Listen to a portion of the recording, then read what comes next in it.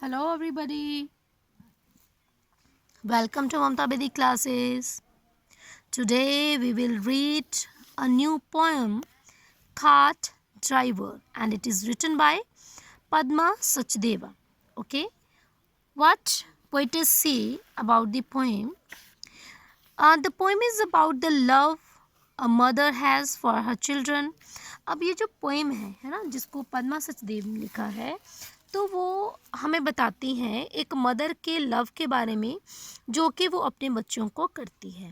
Okay, because mother do so many sacrifices, okay, for their children. It is an airy atmosphere that creates fear and dread. अब यहाँ पर इस poem में एक suspicious atmosphere के बारे में बताया गया है जो कि फियर क्रिएट करता है. It is a tussle between and love mother has for her own self and the love she has for her children. तो यहाँ पे जो पोइट हैं वो बताती हैं कि एक मदर जो अपने आप को भी प्यार करती है because she has to take care of her children, है ना, तो उसको अपने बच्चों की देखभाल करनी होती है, तो वो चाहती है कि वो अपने आप को भी बचाए.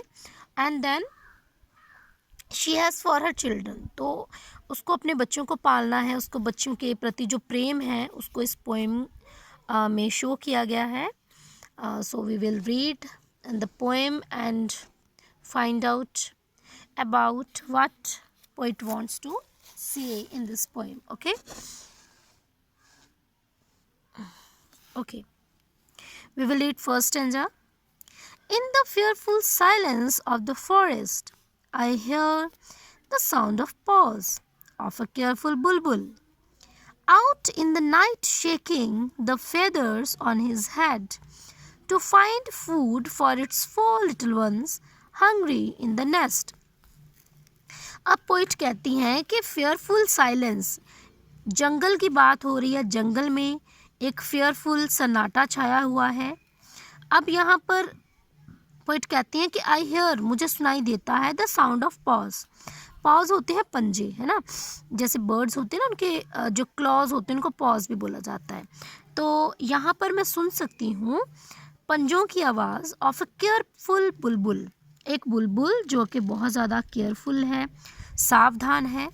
Out in the night shaking the feathers on his head, और उसके जो सर के ऊपर फीदर्स हैं उनको वो शेक कर रही है, हिला रही है. To find food for its 4 little one.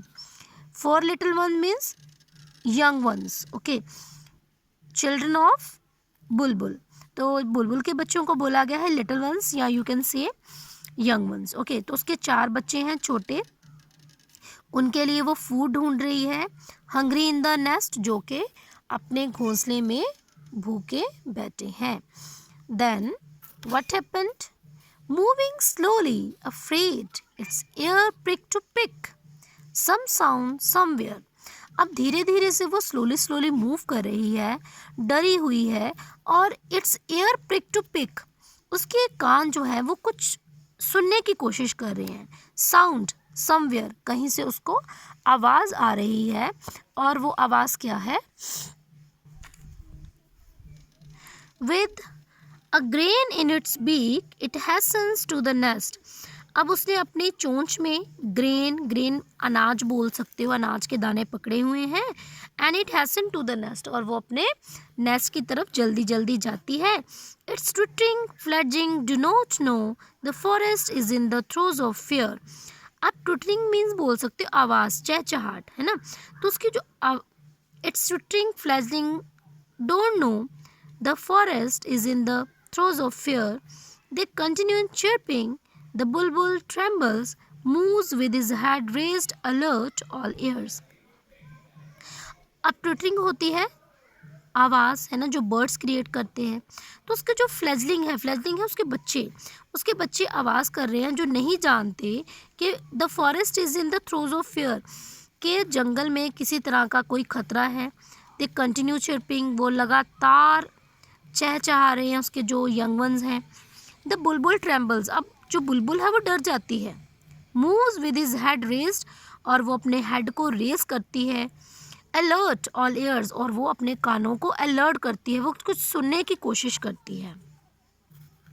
Suddenly, there is a sound of wheels, the sound of dry leaves crackling, the sound rising and subsiding. The bulbul hides itself in the bushes. अब अचानक से उसे पहिए की आवाज़ सुनाई देती है और फिर उस पहिए के साथ साथ उसको कुछ ड्राई लीव्स के क्रैक होने की साउंड सुनाई देती है. The sound rising and subsiding. अब जो साउंड है ना, जो व्हील की जो साउंड है और जो लीव्स के क्रैक होने की साउंड है, वो धीरे धीरे राइज हो रही है, तेज़ हो रही है. And सब्सिडिंग, the Bulbul hide it self in the bushes. और वो अपने आप को बुशेस के पीछे छुपा लेती है. इट सीज, और वो देखती है, a bullock cart laden with goods, bullocks moving by themselves, heads down, the driver asleep, snoring, eyes covered with the end of his turban. अब वो क्या देखती है कि एक जो बुलक कार्ट है, जो लेडन है, जो लदा हुआ है गुड्स से, और उसके जो बुलक हैं वो उसको खींच रहे हैं, उस बुलक कार्ट को. और उन बुलक्स के जो हेड है वो डाउन है, वो उन्होंने अपना सर नीचे किया हुआ है. It means they know how they will go. Okay, उनको पता है कि उनको कहाँ जाना है. The driver asleep. अब जिसका ड्राइवर है बुलक कार्ट का, वो सोया हुआ है. स्नोरिंग, खराटे ले रहा है. Eyes covered with the end of his turban. और जो उसने सर पे पगड़ी बांधी हुई है, उसके एंड से उसकी आंखें जो है वो भी कवर हैं. इट मीन्स कि एक बुलक कार्ट उसे दिखाई देता है जिसका ड्राइवर सो रहा है और उसके जो बुलक्स हैं वो अपने हेड डाउन किए हुए नीचे वो अपने रास्ते पर चले जा रहे हैं, और उनका ड्राइवर सोया हुआ है, कराटे ले रहा है. और जो बुलक कार्ट है वो गुड्स से लदा हुआ है, भरा हुआ है. What if the cart stumbles? The cart driver's hookahs overturn.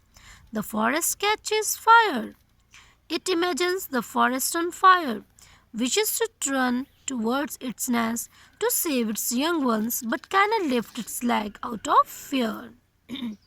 अब लास्ट स्टेंजा में पोइट कहती हैं कि what if the cart stumble?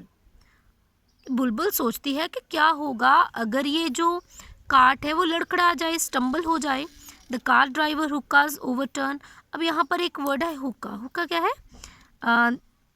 This is instrument that was used in the medieval time, okay, for smoking.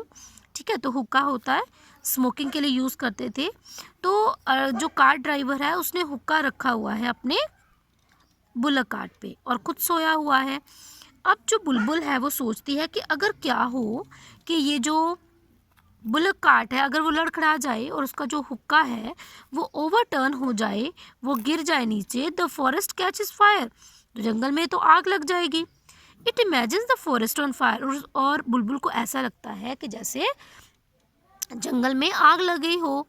And wishes to run towards its nest. और वो चाहती है कि वो भागकर अपने घोंसले की तरफ पहुंच जाए. Because its young ones, 4 young ones were in the nest. Okay, to save its young one. अब वो अपने बच्चों को बचाना चाहती है, but cannot lift its leg out of fear. लेकिन डर के मारे, इस थॉट से कि जंगल में आग लग जाएगी, तो इस थॉट को सोचकर ही उसकी जो लेग्स हैं वो लिफ्ट नहीं कर पा रही हैं, ट्रेम्बल कर रही हैं, and it cannot fly. Okay, तो ये पोएम थी, उसका नाम है कार ड्राइवर, मतलब गाड़ी चालक. तो यहाँ पर जो कार ड्राइवर की जब एंट्री होती है तो यहाँ पे जो हमारी मेन कैरेक्टर जो बुलबुल है ना, तो वो अपने बच्चों के बारे में सोचती है. Because it loves it's young once and itself also.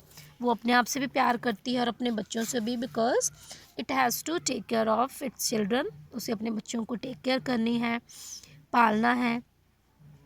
It has to feed its young ones. उसे अपने बच्चों को खाना खिलाना है ना. तो ये एक पोएम है जिसमें एक मदर के लव को, उसके डर को, उसके बच्चों के प्रति जो उसके मन में प्रेम है उसको शो किया गया है. Okay, this is very beautiful poem. I hope you all enjoyed this poem and you understood this poem. Okay, so today